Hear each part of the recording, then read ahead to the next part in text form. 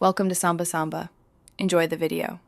You start by assembling the core components and preparing the site. Place obsidian blocks in a 3x3 hollow ring with one block missing to form a portal frame. You need 10 obsidian and precise alignment. Light the frame briefly with flint and steel to confirm it activates as a nether portal, then break it. Once done, make sure the center area is cleared and place a redstone torch nearby as your initial power marker. This sets the anchor state for the next construction steps. You now assemble the chronal engine that will simulate time displacement. Build an elevated 3x3 platform 2 blocks high and wire a redstone loop with 4 repeaters set to 2 ticks. This creates a pulsed frequency.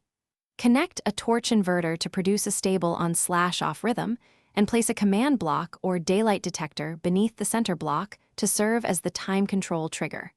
As you wire, test pulses and adjust repeater delay so the engine syncs with the portal anchor. This ensures consistent activation timing. You finish by synchronizing the portal with the engine and initiating travel. Reassemble the obsidian frame and light it, then flip the lever to engage the redstone loop.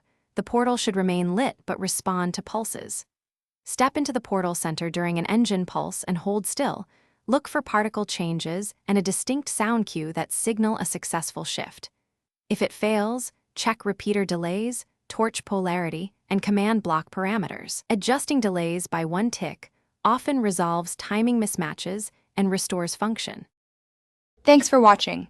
Consider subscribing if we helped you.